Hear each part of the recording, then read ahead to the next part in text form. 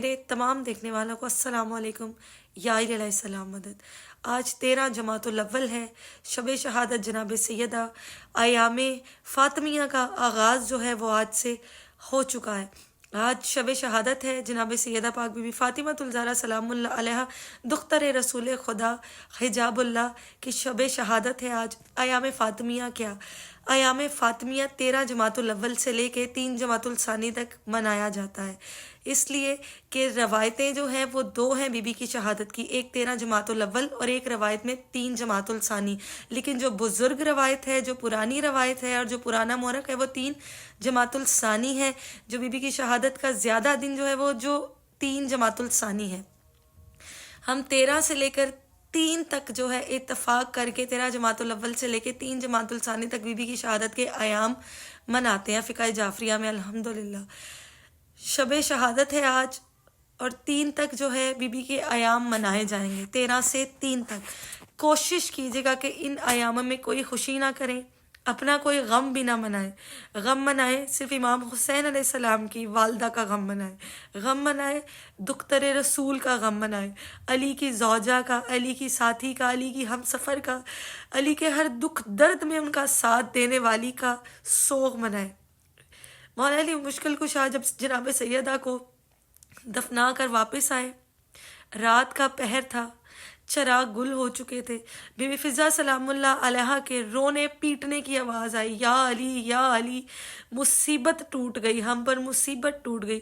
مولا امیر المومنین تہجد کی نماز کے لیے مصلی پر کھڑے تھے، فرمایا کہ اے فضا، کیا زہرا کے جانے کے بعد بھی اس سے بڑی بھی کوئی مصیبت ہو سکتی ہے؟ کہا جی مولا، جی آقا۔ کہا وہ دیکھیں آپ کی بڑی شہزادی جناب زینب خاک پر سو رہی ہیں، آپ کی چھوٹی شہزادی بی بی ام کلثوم سلام اللہ علیہا بھی خاک پر سو رہی ہیں، وہ دیکھیں امام حسن مجتبیٰ بھی خاک پر ہی سو رہے ہیں، پر مولا حسین بادشاہ کا کوئی نام و نشان نہیں ہے اس گھر میں۔ مولا حسین بادشاہ کہیں بھی نظر نہیں آتے۔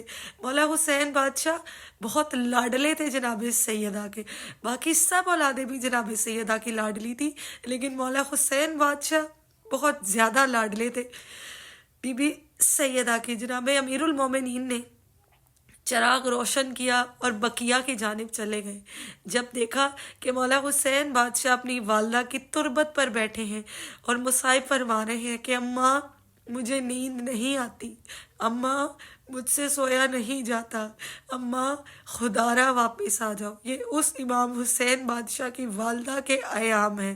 کوشش کیجیے گا کہ ان ایاموں کو جتنی سادگی کے ساتھ منایا جائے اس طرح منائیں، ان ایاموں کو جتنی عزاداری میں منایا جائے منائیں۔ یہ رسالت مآب کی دختر ہیں۔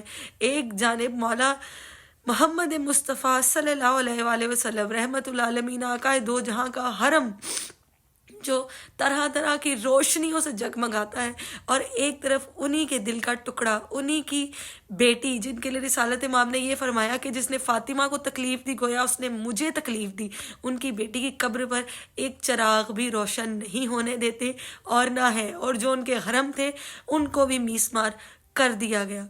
امام حسن مجتبیٰ کا ایک مصائب ہے، امام حسن مجتبیٰ فرماتے ہیں کہ مجھ پر اس سے بڑا ظلم اور کیا ہوگا کہ میرے ہی سامنے میری والدہ کو مارا گیا، پہلو زخمی ہے، بازو زخمی ہے، پسلیاں ٹوٹ چکی ہیں، بی بی اپنے سیدھے ہاتھ سے تسبیح نہیں کر سکتی، دائیں ہاتھ سے تسبیح نہیں کر سکتی۔